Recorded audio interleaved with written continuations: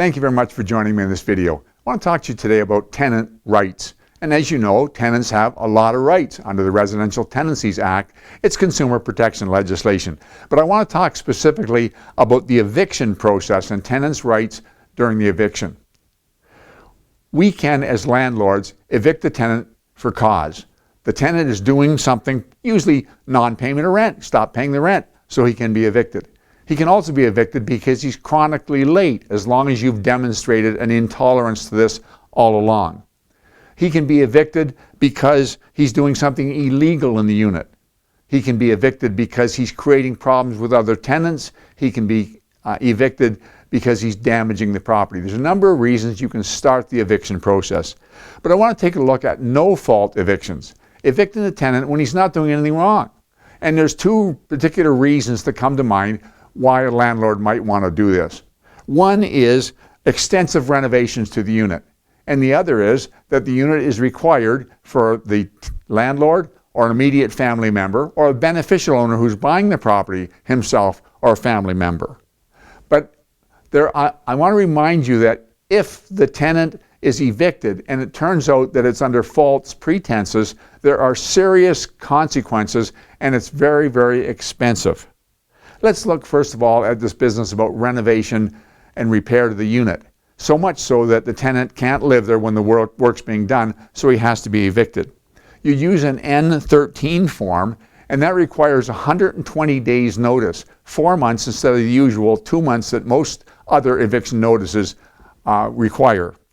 The other thing is that it requires a building permit, and that's a bit of a stumbling block because a lot of renovations that we would do, we wouldn't get a building permit. Oh, the city might like one, but if you're going to renovate the bathroom, put in a new kitchen, put new flooring, these type of things, you don't normally get a building permit. But if you're going to evict a tenant over it, you must get a building permit.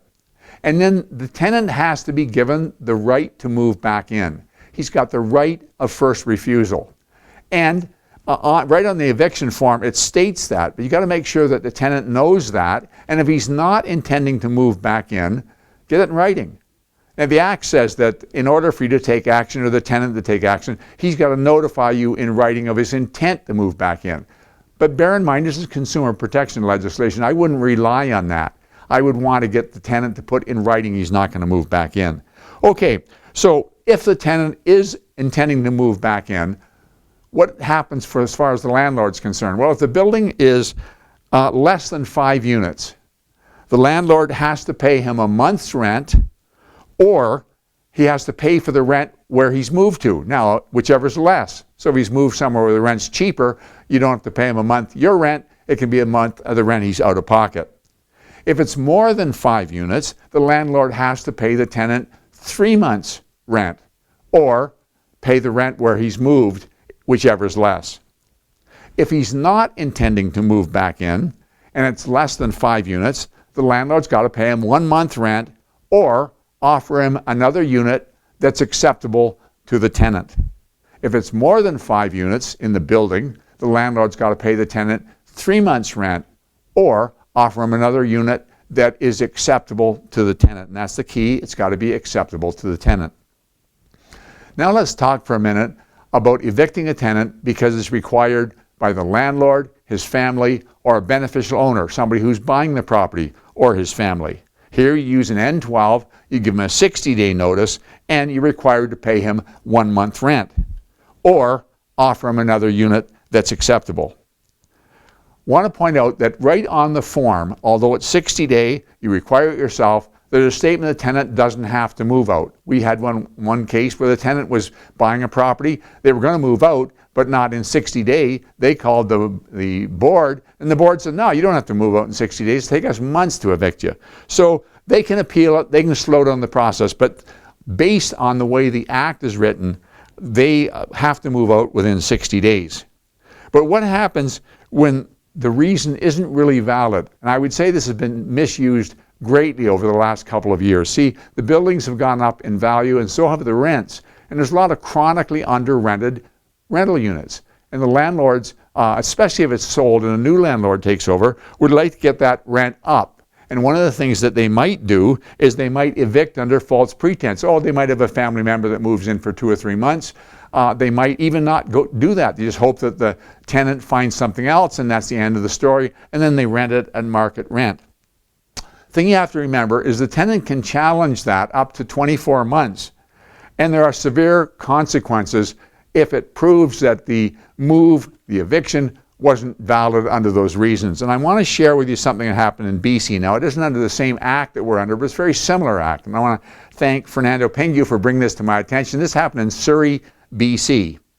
There was a townhouse that was sold, and the agreement of purchase and sale was unconditional. It stated that the buyer wanted to move into the unit himself. And so the tenant was evicted, no fault eviction. The tenant moved out, and where they moved, they had to pay $450 more than they were renting here. This was a period of time when the market was very, very active. There were multiple competing offers, and as a result, the buyer went in unconditionally. But as it got closer to closing, it became obvious that the buyer was not going to be able to get his financing. He even brought another person on title. He still couldn't get his financing. This went right up to the 11th hour, and in the 11th hour, the deal fell apart because he just couldn't get his financing. Well, nobody told the tenant. Now, nobody thought to, because the tenant had moved out and had rented something else. So the deal fell apart. They didn't tell the tenant. The landlord re-rented the building at $600, at least the unit, at $600 a month more than the tenant was paying. And a neighbor picked up the phone, called the previous tenant and let him know. Said, you know, this property didn't really sell. The deal fell apart. The landlord chose to rent it out again instead of resell it. And so there's a new tenant in there.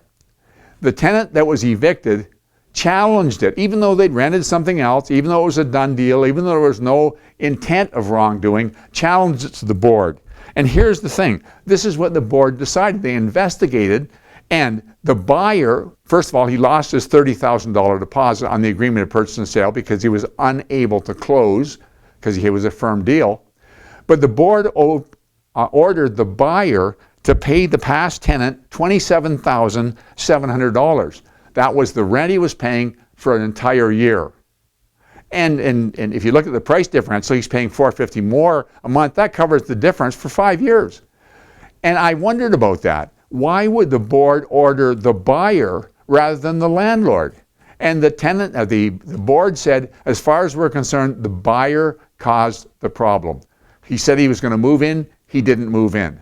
So I question who was required to pay, but the significance here is that there were severe financial consequences, even though there was no intent of wrongdoing, because the tenant was evicted, and it wasn't the true reason that he was evicted. Well, it was, but it wasn't, because it didn't follow through that way.